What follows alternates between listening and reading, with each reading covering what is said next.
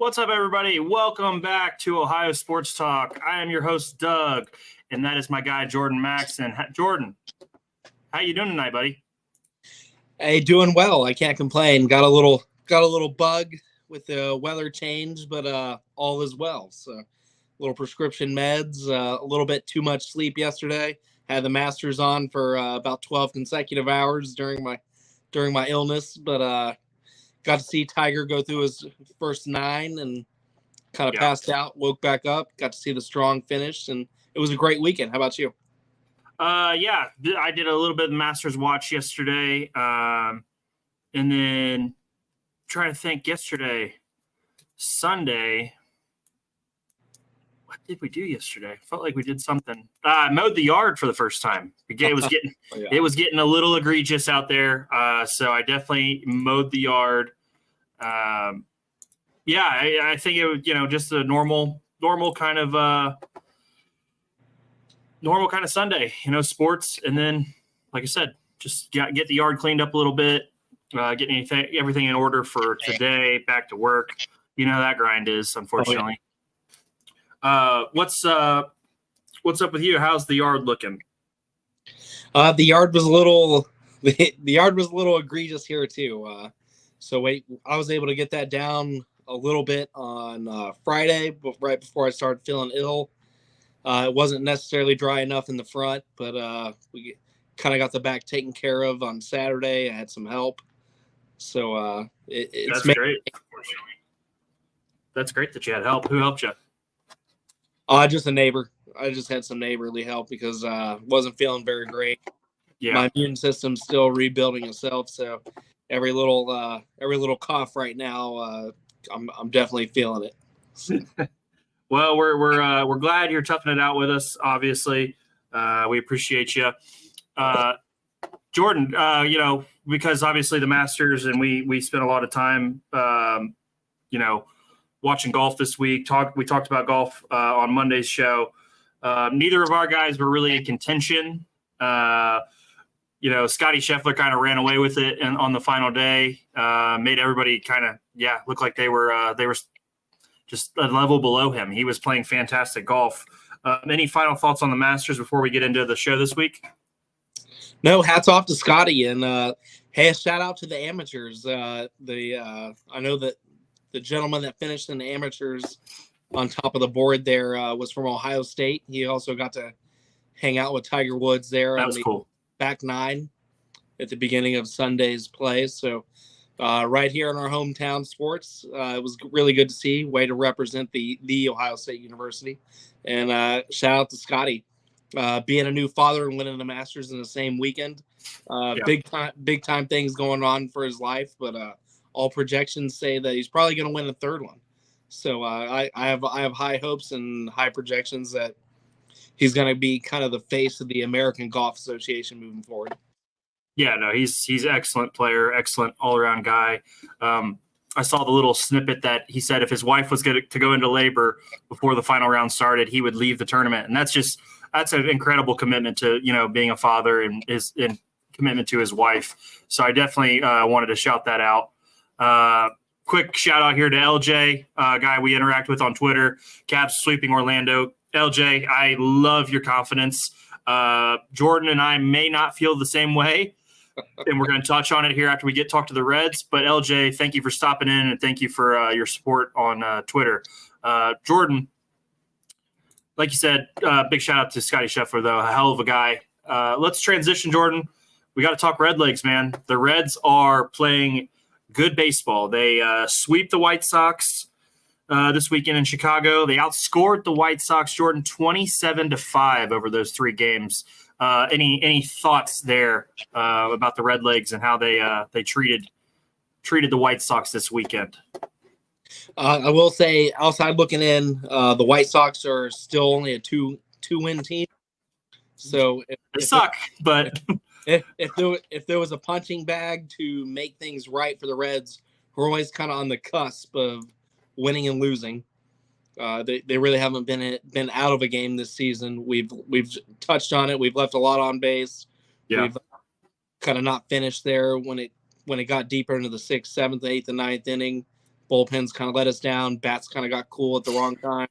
Then Right. hot was too little too late. So it was really good to see a whole 3-game series complete from front to back.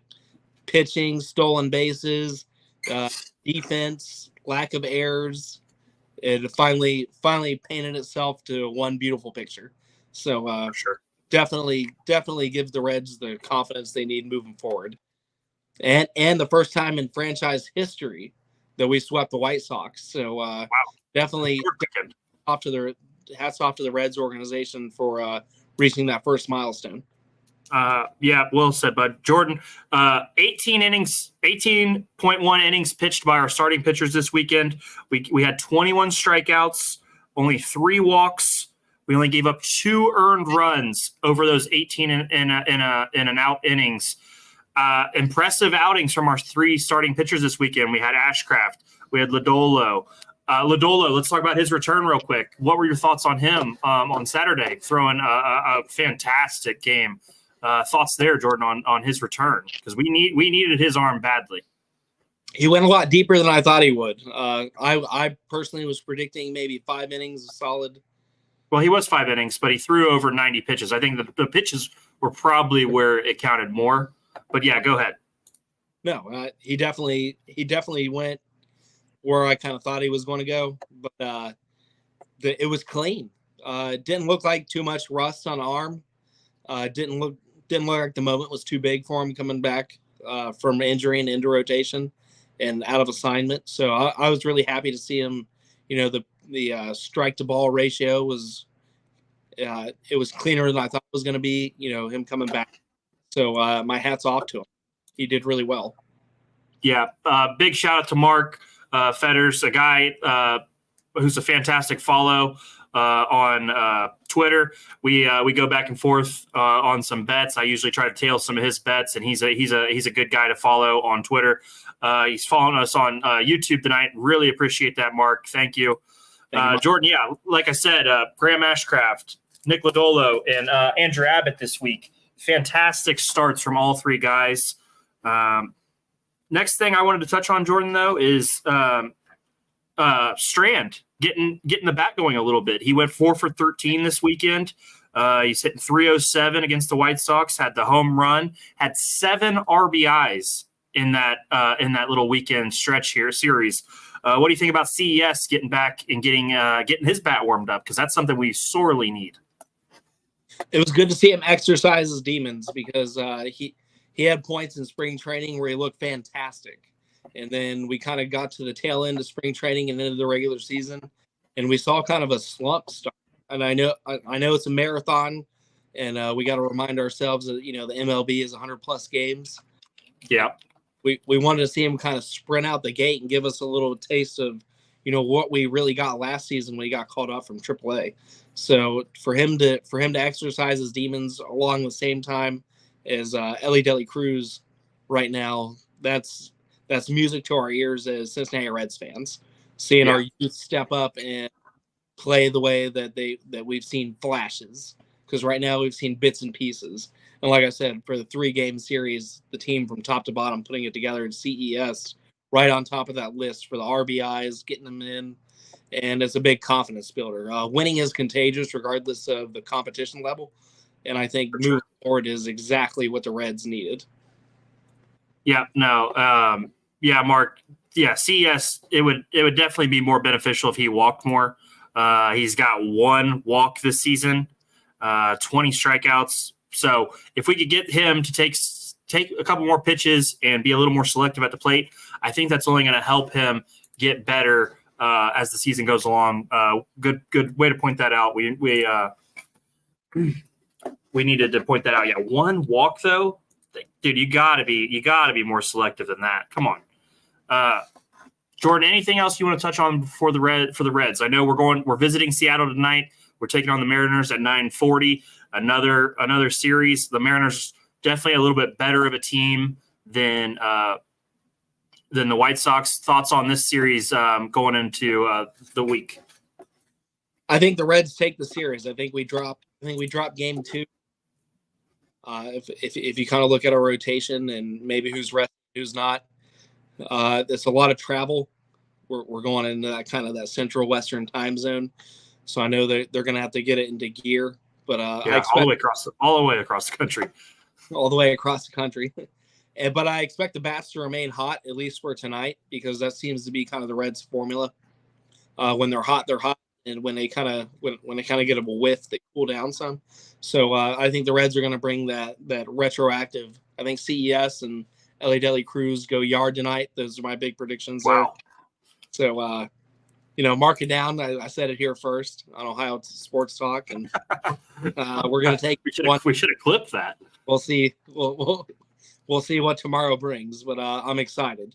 The Reds are trending in the right direction with the youth. For sure. Jordan, we are actually the underdogs tonight. So we're plus 130. The total runs I thought was interesting. It's at 7.5 on ESPN Bet. That's interesting to me. I would probably take the over on that number. I do expect a little bit more offense. Frankie Montas is back on the hill today. 2-1 on the season. He's pitched really well for us. Hopefully he can keep that going tonight against George Kirby. Spencer Steer, my guy, hitting 346. So hopefully he can keep the bat going tonight. That'll be a fun game. Mark also agrees we should beat Kirby tonight. I totally agree. I think we take 2 or 3 from Seattle, just like you do, Jordan. Should be a fun series to watch. So final touches on the Reds. After another series win, 9-6, we're 5-1 away from Garrett American Ballpark. Jordan, you always like to see a team that can win on the road. Got to be able to protect home field though at the same time. But I'm not going to complain when you're 5-1 away from the friendly confines. Jordan, it's time though. We need to transition into basketball. We're in that time of year where the playoffs are here, buddy. The playoffs are here. The Cavs in the season. 48-34. They get the 4 seed. They finish second in the Central Division. Could have won the division if they played that fourth quarter against the Hornets. Let me start right there.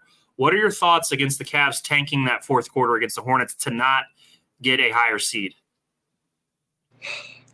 We ran from the grind a little bit. Yeah, I'd like to see the logistics behind that, and or the analytics is what most sports. They didn't want to play Embiid in the first round. That's plain and simple. That's I get it, but at the same time, it doesn't look great when you had a shot at the 2 seed.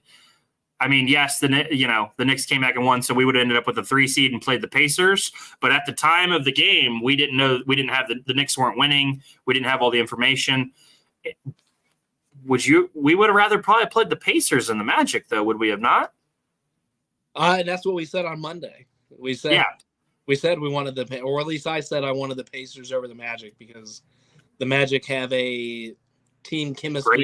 Great defense. They have a great defense. They have a great backcourt, and they're just kind of gelling together at the right time. Which, for a team that's struggled in the playoffs like the Cavs the last 2 years, one in the play-in, for last season against the Knicks.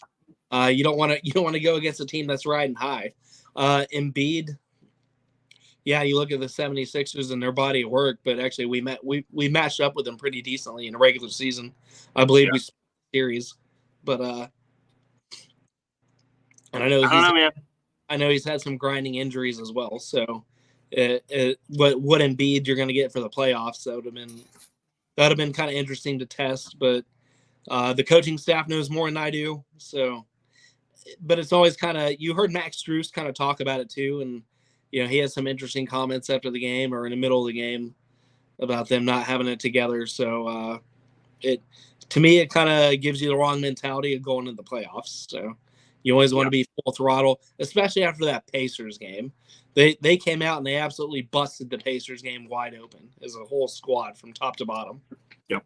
And for them not to continue that momentum, and that's what basketball is. You and I know both as players and coaches, it's all about momentum and getting hot at the right time. You never want to be limping in any kind of post-series run, whether it's playoffs, college, or high school. So the fact that they didn't go all in on their last game was kind of disappointing. But it's JB Bickerstaff, and I 100%, regardless of how this postseason goes, hope he's not there next season. So fair. That just his mentality. He doesn't play to win; he plays not to lose, and that in today's NBA, you can't be that way. Yeah. Okay, so Jordan, let's look back at the regular season a little bit before we get into the actual X's and O's of the matchup. A guy that I talked about a lot this season, Jared Allen, played 77 games this year. He averaged 16.5 points, 10.5 rebounds, 1 block a game. I thought he played like a top 5 center a majority of the season. I really enjoyed the way he's kind of handled himself, played his game.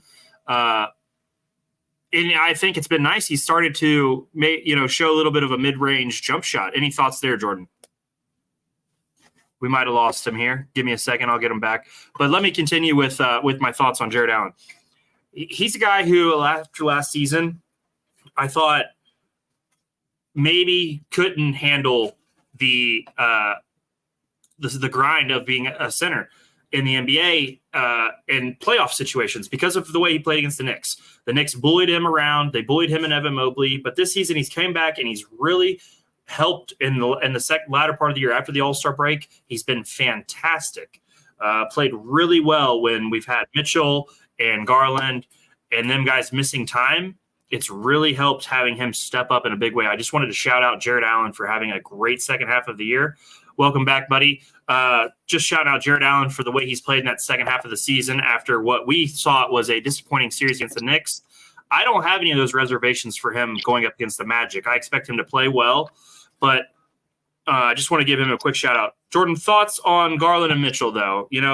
Garland plays 57 games this year. Mitchell plays 55. We don't get to see what it could have fully been because of the injuries. When you're missing 2 of your best guys for over 35 games, it's hard to picture the team. So we do finish 48-34. What do you give the Cavs regular season grade-wise? A, B, C, D? What do you think? I'd have to give it a B because I honestly thought we would finish higher than a 4 seed. But just kind of build on what you were saying. Absolute shout out to Jared Allen, worth every penny of his contract, and totally shook that perception that was kind of left in our mouths, both as analysts and fans of the Knicks series.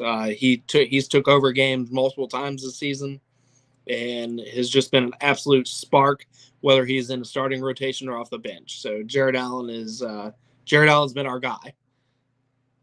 But I give the season a B because there was just too many games we saw slip late in the season.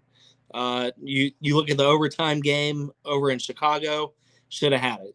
We put the wrong matchup on and we give up 3 free throws to force an overtime game. Similar, like 2 weeks later, just JB just continuously put the team in areas that just kind of let them down. So a lot of games that I thought we just kind of let slip away, and some games they shouldn't even got off the bus for. So it was just kind of inconsistent play. But like you said, we didn't really see Donovan Mitchell get to play much with Garland, and what that combination, what that Batman and Robin feel was supposed to be. And a lot of the times Garland struggled throughout the season, whether it was his jaw, it was injury, his weight loss. Then we had the knee injury with Mitchell, among other things. So it was just a big body of work that we really didn't get to see mesh together. And hopefully, between now and Saturday, they can kind of get in the gym and really play backyard basketball, hopefully in practice, and just kind of get a feel for one another. And JB Bickerstaff can, really, his job depends on it. If he can get it together and get it a mesh, whether they have to play platoon ball, which was kind of labeled over in UK a couple years ago, platoon 1 and 2. And maybe that's what JB Bickerstaff kind of has to look at the playoffs. Okay, Donovan Mitchell's group is going to come out and do this, and Darius Garland's group's going to come out and do that. If them being off the floor of each other is how we win, then that's how we got to win. Right. So it'll be interesting to see what the coaching staff is really going to do now that the playoffs are here, because we play the first 2 games at home and we can't lose. So we have to start 2-0. No, I like that you said that, because it's 2-0 or we lose the series, in my opinion. We've got to start 2-0 against these guys. Jordan, you gave their season grade a B. I also went B. I think that's a fair grade. Mitchell leads the team in points. He averages 26. Allen led the team in rebounding at 10.5. Garland led us in assists at 6.5. I think there's a little leeway there because of the injury bug. It just felt like we had no luck this season. So I do think a B is a fair grade. If we can figure out this Mitchell thing, we've got one more year with him on contract. Next year, this first series is going to tell a lot. This is a must-win type series, and, it's very possible that Mitchell leaves either way. So, we got to use them for what we've got. Let's look at the actual matchup of the Magic versus Cavaliers. We have the home field advantage for 2 games. Their best player, Paolo Banchero. To me, right away, in my opinion, we're putting Mobley on him. Now, he has had some success against Mobley, but at the same time, he's really only had one big game against Mobley, and that came earlier in the year. Overall, I think Mobley's done a good job on him. And in my opinion, the Magic counter and put either Jonathan Isaac or one of their long wing defenders on Mitchell. Jonathan Isaac is a freakish defender. They were working him back into their lineup against the Bucks. I expect to see a lot of him on Donovan Mitchell to start, and I expect to see Jalen Suggs guarding Darius Garland. And obviously, Jared Allen will be matched up with Wendell Carter, and we'll see where they put. And Banchero will be on Mobley. What matchup worries you the most about the Magic? I trust Mobley to do a good job, but when Mobley's off of Banchero, I'm worried about our next option on him on defense. Well, who do you think would be the next option? Because to me, it's probably Niang off the bench. Yeah. And that's I think that could be where they try to take advantage of us, because if you look at it, the Magic are a good defensive team. That's what they hang their hat on. Their offense is pretty much Paolo Banchero, create a shot for somebody else. And to me, I don't think they can beat us if we're playing our game and playing relatively well. I don't think they can score with us, but they're going to make it difficult on our guards for sure. They have long, athletic wings and guards. That's where the matchup's either Paulo has a bad series or their defense is too much for Mitchell and Garland. Well, that's where I hope to see LeVert really step up and play that spark role. That second unit's got him, Niang, hopefully some Sam Merrill twisted in there to get some different looks.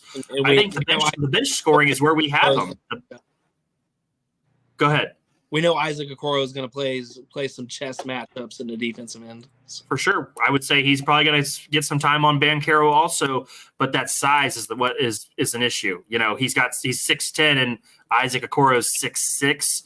Yeah. So it's definitely, the matchup there is what's going to be difficult. But I want to see how the second unit works and see if they can help us with the scoring, because the Orlando second unit is not as good defensively, and that's a spot where we could definitely take over. So okay, Jordan, let's get your prediction for the series. Game 1 on Saturday, we both predict Cleveland to win, correct? Correct. How many games does this series go, and who wins it? I think you see this series. I think you think the series go into 5. And I think Cleveland wins it. I think Cleveland drops maybe a game 3 and sweeps the other 2. I think you'll see 2-1-2, and Cleveland come out on top. I think game 3 is going to be a grind, but that's what's going to break the camel's back. Okay. All right. Game 4. I think game 4 is going to be the grind. Yeah. Where you break the camel's back on the Orlando Magic, because they're young and winning is contagious, but losing is contagious as well, especially if you're doing the same squad over and over. Okay, I'm gonna go Cavs in 6. Man,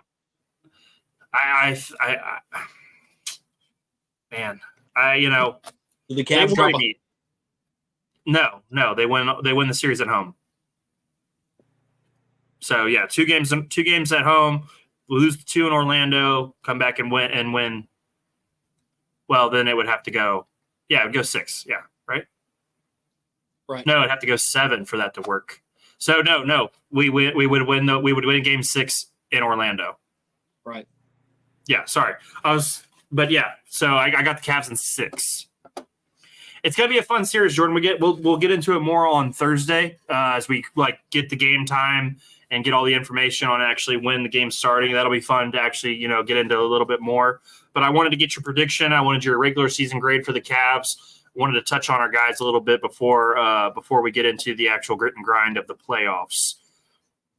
Next, Jordan, on the agenda today, we've got the Ohio State spring game. I know you were sick. How much did you get to watch of the game? I got to watch the third and fourth quarter. I got to watch snippets and highlights of the first 2 quarters. So I did get to see a little bit of Aaron Nolan in the third quarter, and beyond. So I was extremely pleased with what I saw. I'm excited for the defense. That defense looks nasty. The defense looks like it's gonna be airtight, especially between the linebacker and the safety position. That's where I wanted to start, Jordan. I wanted to start. What was your positives coming out? And you said the defense, obviously. Man, I'll tell you what, those first couple drives, that defense was locked in. I mean, it was a no-fly zone for the passing game. Thoughts on the quarterback position? Because to me, I know Aaron Nolan had some flashes in his time, but out of the guys that could potentially be the starter this year, to me, Devin Brown looked like he was the best option coming out of the spring game. What were your thoughts on the quarterback position of what you got to see?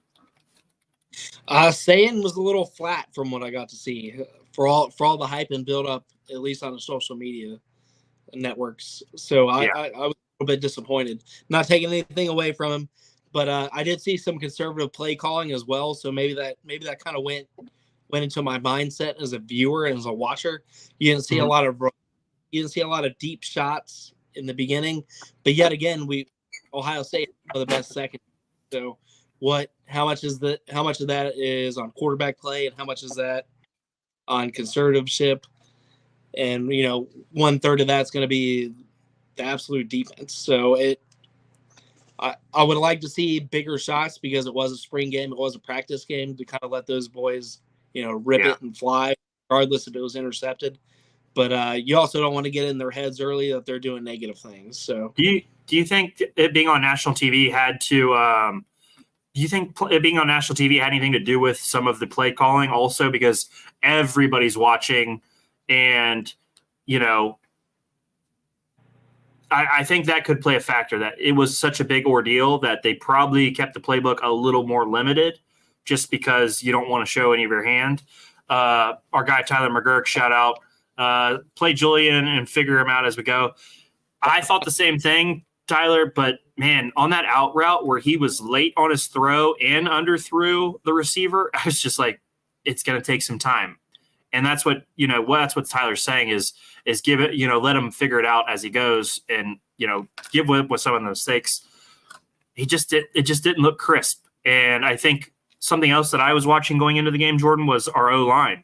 Because against Missouri, now I know not all the starters played, yada, yada.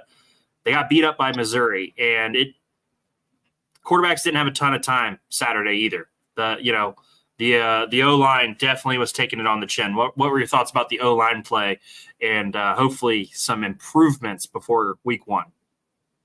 I'm more worried about the interior of the line. The guards looked like they were kind of getting bulldozered often early.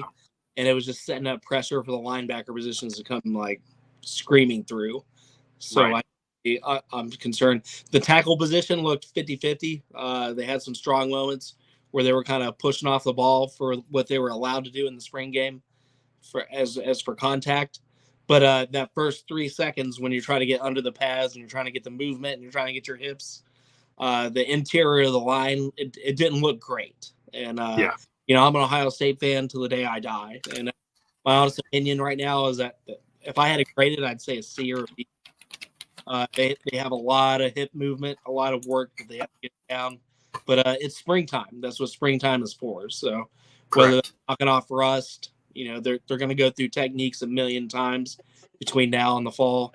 So it was, it was positive to see the burst of energy and the size of the offensive line, but it was negative to see, you saw a lot of stiff hips. You saw a lot of techniques that looked a little bit sloppy. But again, we're looking at it through a magnifying glass because it was nationally televised. Yeah, definitely.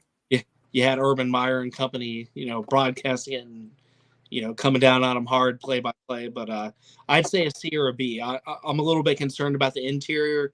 The tackle position I'm not as concerned about, but the interior gave up way too much pressure for my liking. What'd you think about it? I thought the O-line got a little bit beat up on Saturday. But I also think and you can view that as a negative, or you can spin it and say, damn, that pass rush is going to be legit.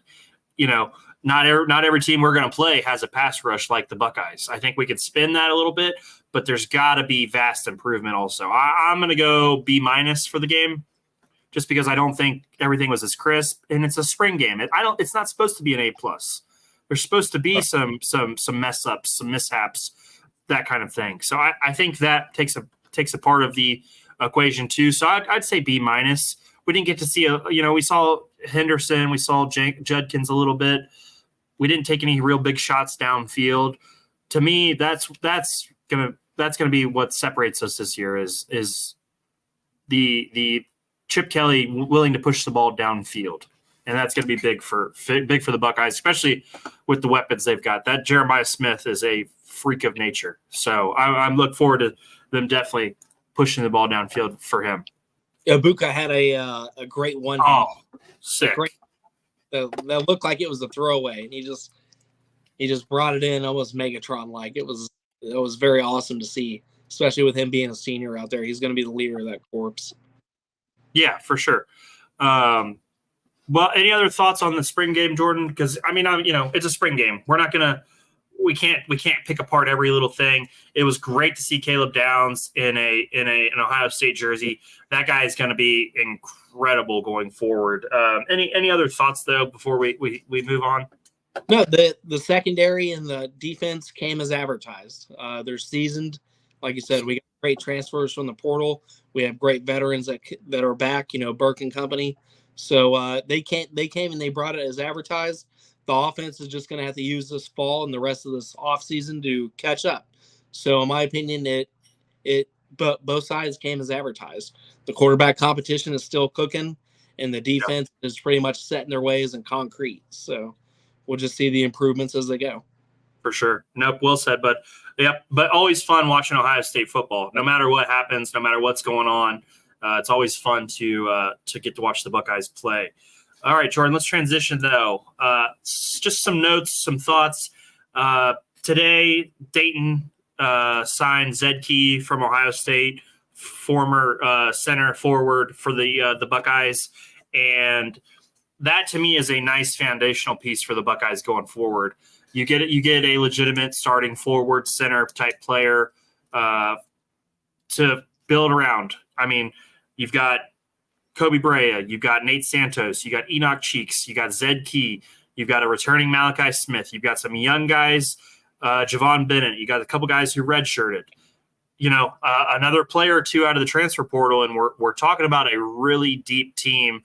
And then you have the looming decision of Deron Holmes, which who knows?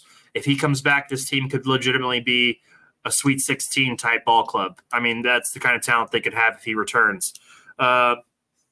My dad likes watching Zed Key play, so he was pretty excited about him coming in for the Buckeyes. So that was good. Any thoughts on Zed Key joining the Flyers? That's a huge win for the Flyers. Like you said, coming over from the Big Ten program, coming over from Ohio State, solidified guy that's played in big moments and is kind of going to be able to take the mantle and not disappoint. So, big win for the portal, big win for in-state recruiting, especially through the NIL. That shows that UD kind of has a bigger voice. So, because you look at all the programs that he could have wound up, especially you got UC, Xavier, DePaul, his coach went to DePaul. So, yeah, I mean, definitely. Other big programs around the area, especially locally and interstate-wise. So it just shows you where Dayton is on the mind of athletes. So that's a huge win, and should be a huge confidence builder for both Anthony Grant and his staff and the university moving forward. Yeah, no, well said, bud. I think the big thing around UD hoops is the decision of Deron Holmes. All the dominoes fall with his decision. Either goes pro, stays another year. It's gonna be a fun rest of the offseason. I mean, they've got scholarships open still. I look for them to make a decision on some of these other guys they're recruiting and have a decision made by the time Deron makes his NBA decision. So it'll be we potentially could have a ready to go roster waiting on an NBA caliber guy by the time the NBA decision's made. So that's pretty fun. And then on the other end, the big man from Kentucky, Bradshaw, commits to the Ohio State Buckeyes. Bradshaw was a top 100 recruit in his class, comes over and joins a very talented Ohio State Buckeyes team. Thoughts there, Jordan? Jake Diebler, man, he's a wizard. He's doing well in the recruiting. He's hitting the portal. Thoughts on Ohio State bringing in another big man, talented big man by that description. It's a great win considering everything that's kind of where Diebler is lost in a portal. He's definitely gaining. So, he lost some players with some coaching staff that departed ways, and we kind of knew that everybody kind of knew that was going to happen when any new regime kind of takes over. Yeah, but it just kind of builds on his legacy. He got some NIT wins.